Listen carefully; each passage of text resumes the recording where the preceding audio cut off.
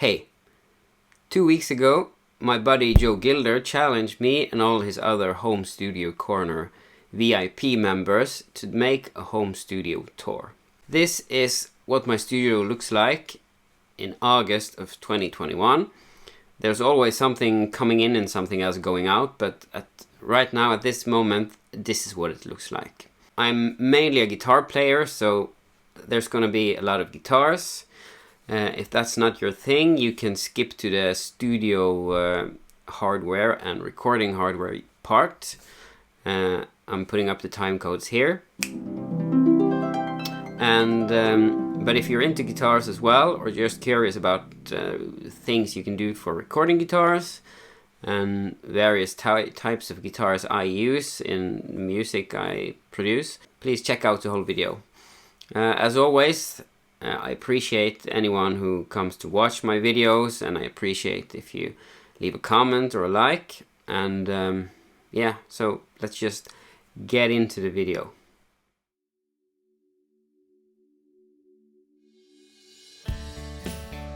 Starting off here is my American Performer Telecaster with a humbucker in vintage white. It used to have a white pickguard, but I changed it because I wanted a more classic Telecaster look. And this is my current pedal board with a tuner, a blues driver, overdrive, an OCD overdrive, a compressor, delay, and the Strymon Flint tremolo and reverb unit, which I just added and saves me a lot of hassle. Here are a couple of my studio headphones. Sennheiser HD600, best headphones ever. Here are the Presonus HD7s, they're pretty okay. HD380 Pro Sennheiser, also really good. And this is a no-name brand that's not sold anymore, Supreme, but they sound really good for being cheap China knockoffs. Diploma for being Band of the Year at the biggest Norwegian country festival in 2017. It was a nice day. Okay, next. Couch. You need a good couch so your clients can sit comfortably when in the studio. And right now I'm just storing extra pedals in the back of it. This is my trusty Superman messenger bag, which I always bring to any gig. It has most of the small cables and spare batteries and tubes and stuff. It's great to always have something like that along. A couple of guitars here. This on the left is the Gretsch Streamliner with a Bigsby, and I changed the hardware to metal to make it look more like its more expensive Electromatic sibling. So this is the Chinese Streamliner version, but it's a good guitar. And I'm not sure if I prefer the original look to this modded look, so I might change it back. We'll see. This is brand new. This is my 40th birthday gift.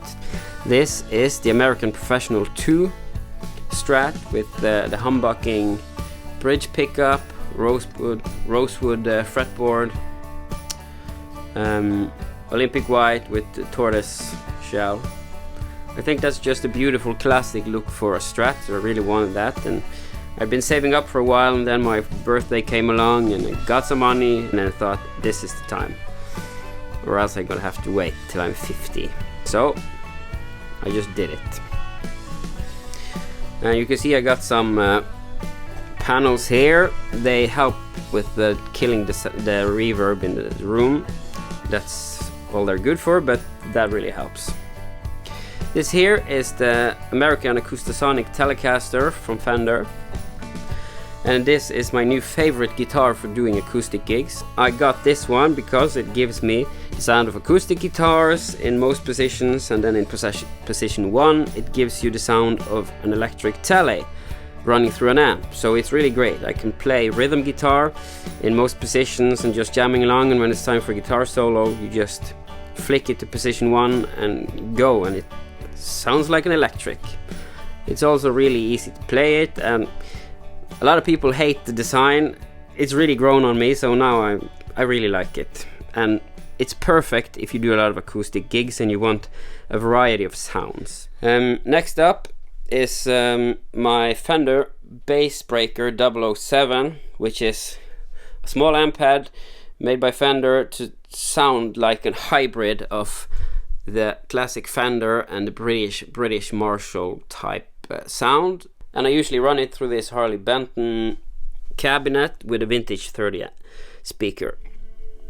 But when I'm recording it, I usually use 2 Notes Captor X, which is located here. And that's a really great recording device and attenuator. You can see here, it's a load box, it's got virtual cabinets, attenuator and RR loader. I usually run the amp through the Captor so it doesn't sound too loud in the room when I'm using the cabinet. And when I'm recording it, I just send it through the Captor and the cab sim straight into Studio One. This here is a wireless guitar system. I'm not sure if I'm going to keep that. It works really well in some venues, and in others it picks up a lot of distortion. So, not sure about that. Next to the spare pedals here, I got my Epiphone standard Les Paul Gold Top, which is heavily modified. So it's got a Gibson 498 bridge pickup, and it's got the Seymour Duncan Slash signature dark chrome neck pickup to get those Guns N' Roses classic rock or 90s rock tones there. It sounds really good and I enjoy playing it, but I might be selling it off because there's been a lot of new guitars coming in the door lately. This is my baby, my Gibson J35 acoustic, which is mostly like a J45. It doesn't have the same expensive look. They save money on how it looks to make a more affordable J-series guitar.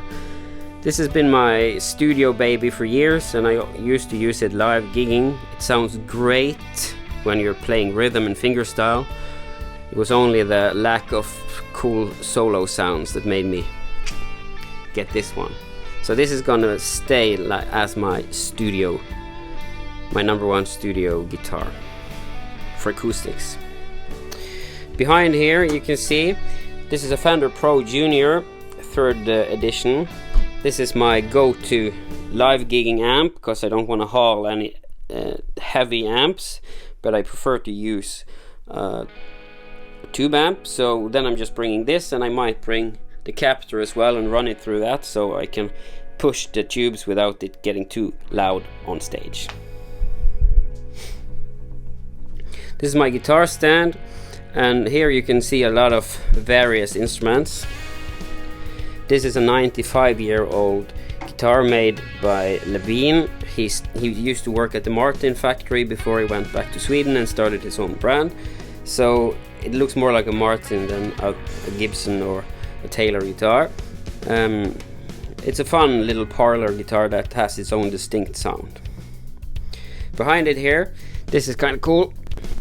This is a shovel guitar made by a friend of mine, inspired by Justin Johnson on YouTube, and he made it with a shovel he found laying around and guitar parts he picked up at the concert after someone smashed the guitar on stage.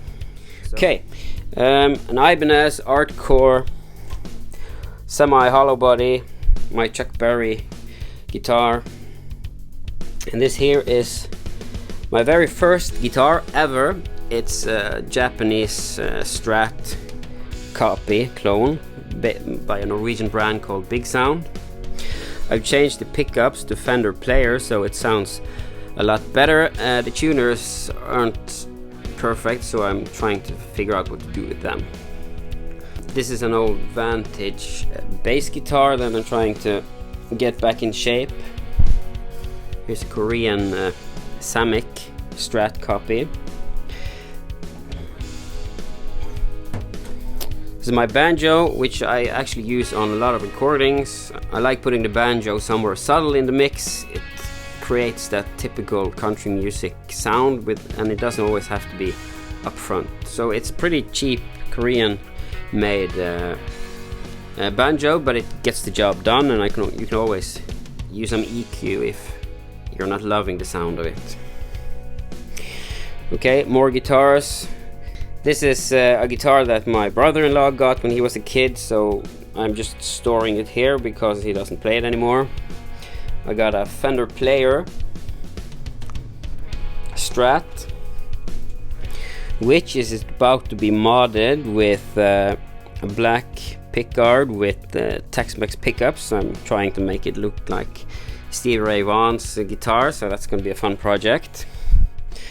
This here is a pink Squier Strat 3/4 size. I bought that when my daughter was talking about learning guitar and seemed really interested, so I bought this for her. I was really psyched about her learning the guitar, and she kind of lost interest and started playing the violin instead.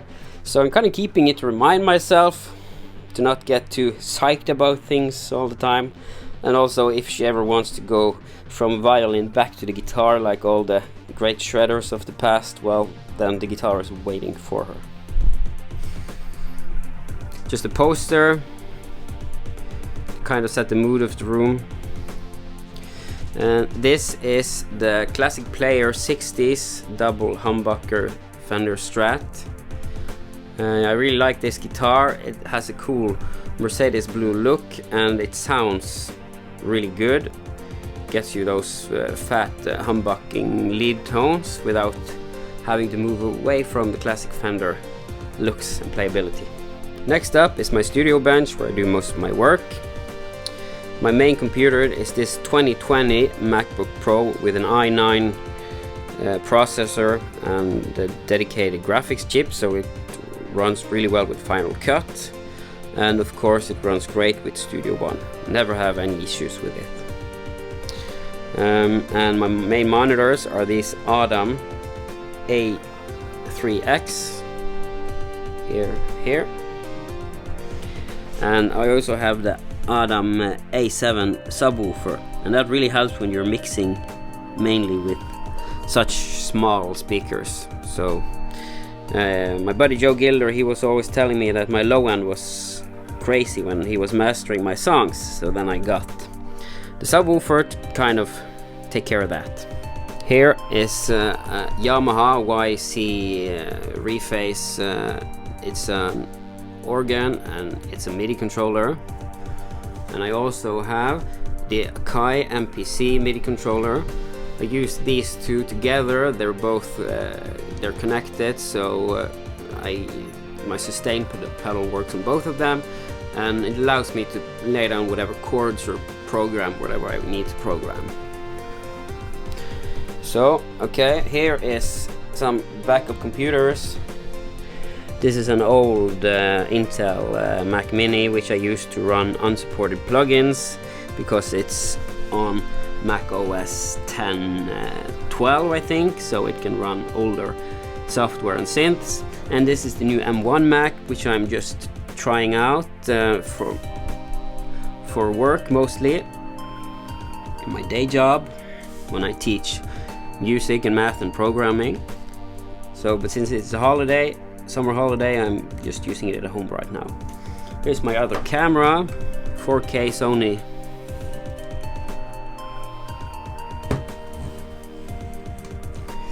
And here, this is my interface, my main interface. It's the Audient ID44. I love this interface. I changed from Antelope Audio to Audient because I couldn't live without physical gain knobs. It was driving me crazy having to do all preamp settings in software. I prefer to be able to just turn a knob when I need to increase the gain of one of my microphones and preamps.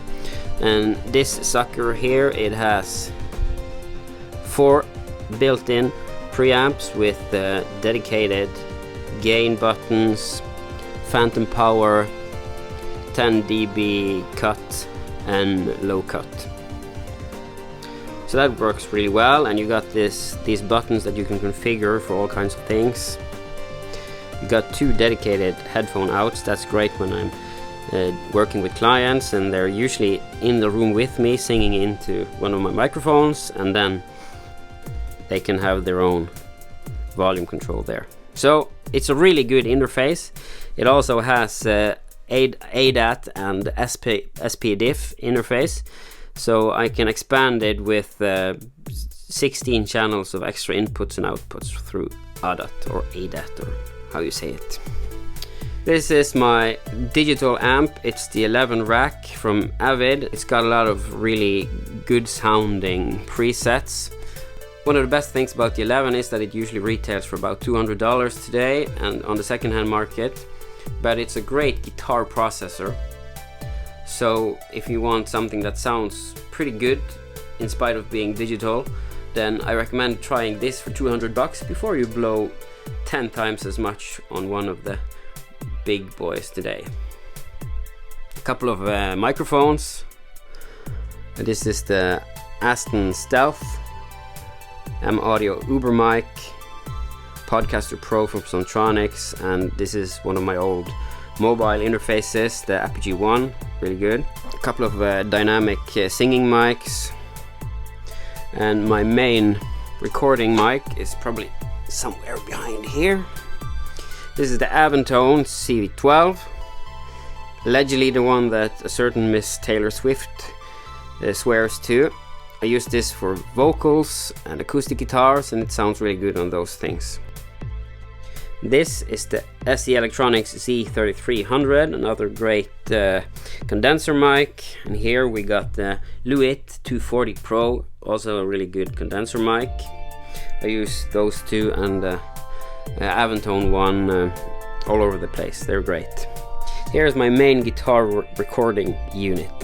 This is the 68 Custom Deluxe Reverb from Fender, which I run into the Universal Audio aux. And I have to tell you, if you own a tube amp and you love how it sounds and you want to record it and you want to use it without blowing your ears or damaging your hearing or your relationships, then you should really try out the aux.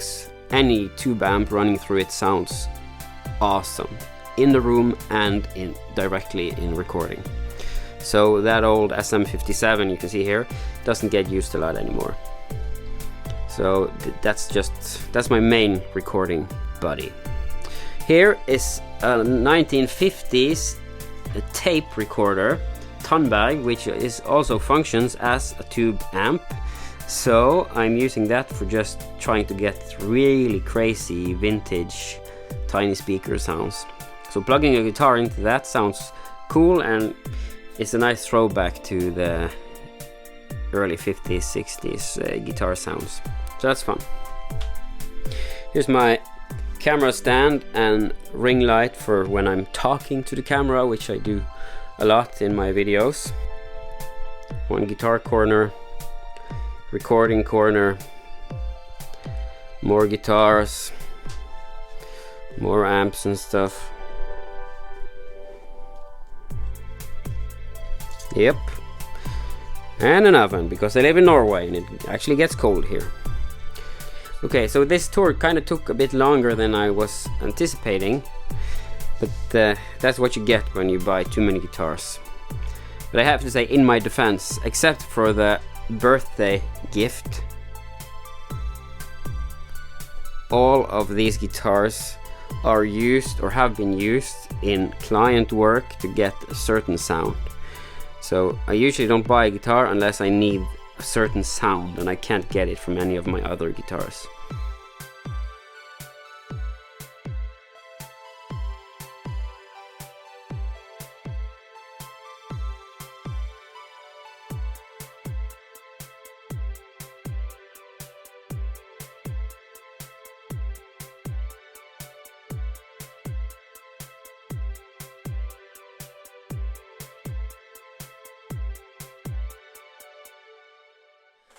Okay, so that was my home studio tour for 2021.